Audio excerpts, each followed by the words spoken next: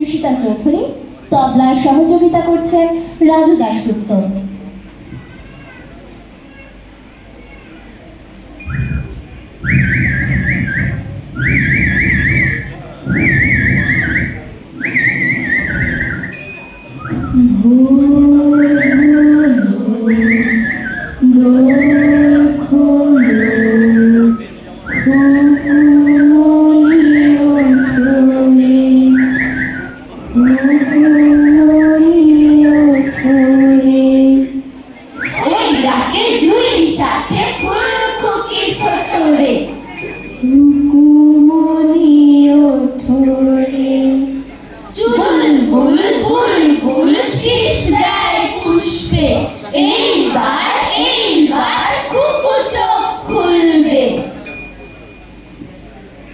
সালটা 1899 সালের 25শে মে, বাংলায় 1306 সালে 11ই জ্যৈষ্ঠ বর্ধমান জেলার চুরুলিয়া গ্রামে জন্ম হয় এক শিশু। নাম তার দুখু মিয়া। মাথায় তার ঝাঁকড়া চুল, চোখ দুটো বড় বড়। দুখু মিয়ার ঘুম ভাঙে পাখির ডাকে। ভোর হলে দোল খুলে সে ছুটে যায় প্রকৃতির আহ্বানে। প্রজাপতি প্রজাপতি প্রজাপতি প্রজাপতি, কোথায় পেলে ভাই এমন রঙিন পাখা? কোথায় পেলে ভাই এমন রঙিন পাখা?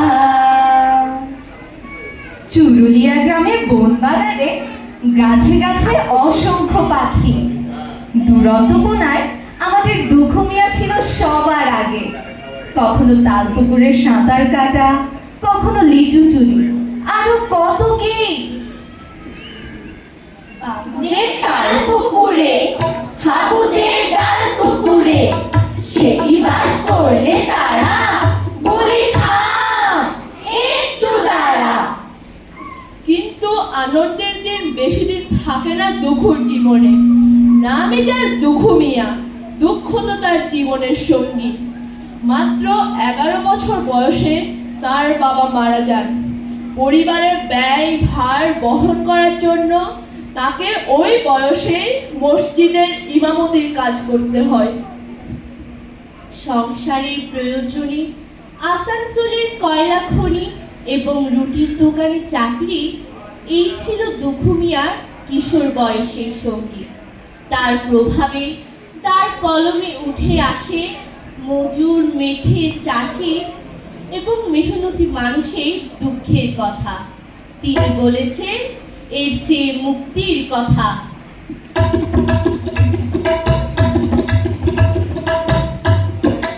লৌহ কবাট, কারার ওই লৌহ কবাট, ভেঙে ফেল করলে লোপাট, রক্ত জমাট, শিকল পুজোর পাষাণ বেদী। ওরে ও তরু নিশান, বাজা তোর প্রলয় নিশান, ধ্বংস নিশান, পুরুষ প্রাচীর প্রাচীর বেদী। কারার ওই লৌহ কবাট, কারার ওই লৌহ কবাট, রাজুনের বাজনা বাজা। কে মানে? কে সে রাজা? কে নেই সাজা? মুক্ত স্বাধীন সত্য কেড়ে। আহা পায় যে হাসি, আহা পায় যে হাসি, ভগবান করবে ফাঁসি। সর্বনাশী শেখায় এহি তথ্য কেড়ে। কারা রইল কবাট, কারা রইল কবাট। মোরা ঝঞ্ঝার মতো উদ্দাম, মোরা ঝর্ণার মতো চঞ্চল, মোরা বিধাতার মতো নির্ভয়, মোরা প্রকৃতির মতো সচ্ছল, মোরা আকাশের মতো বাতাবী, মোরা মরু সঞ্চার বেদুই, মোরা বন্ধ রঙিন জন্ম স্বাধীন চিত্ত মুক্ত সহধর। চিরস্বাধীন চিত্তে এই দুখু মিয়া চায় না ঘরে বন্দি থাকতে। চাই পৃথিবী ঘুরতে, আকাশ ফুরে, পাতাল ফেরে, জগৎটাকে দেখতে। থাকবো না তো বদ্ধ ঘরে, দেখবো এবার জগৎটাকে, কেমন করে ঘুরছে মানুষ যুগান্তরের ঘূর্ণি পাখি। দেশ হতে দেশ দেশান্তরে ছুটছে তারা কেমন করে, কিসের নেশায় কেমন করে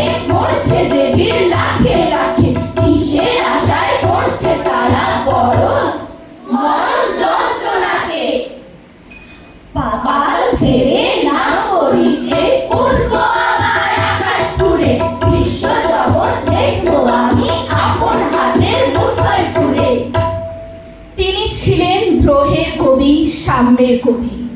তিনি অন্যায় অত্যাচার মাথা নিচু করে সহ্য করার পাত্র নন। তার লেখায় অগ্নিঝরা বিরোধিতা এবং মাতৃভূমির প্রতি ভালোবাসা স্পষ্ট ছিল। 1972 সালের 24শে মে তার 73তম জন্মবার্ষিকীতে স্বাধীন বাংলাদেশে তাকে জাতীয় কবি হিসেবে সম্মানিত করা হয়। তার রচিত চল চল চল, ঊর্ধ্ব গগনে বাজে মাদল আমাদের রণসঙ্গীত হিসেবে গৃহীত হয়। তিনি বলেছেন চিরকাল চলার কথা। Quick March! বাম ডান বাম, বাম ডান বাম, বাম ডান বাম। চল চল চল, চল চল চল। ঊর্ধ্ব গগনে বাজে বাদল, নিম্নে উতলা ধরণী তল। অরুণ প্রাতের তরুণ দল, চল রে চল রে চল। চল চল চল, চল চল চল। উষার দুয়ারে হারিয়া গান, আমরা আনিব রাগা প্রভাত। আমরা ছুটাবো তিমির রাত, বাধার বিন্ধ্যাচল। চল চল চল, চল চল চল।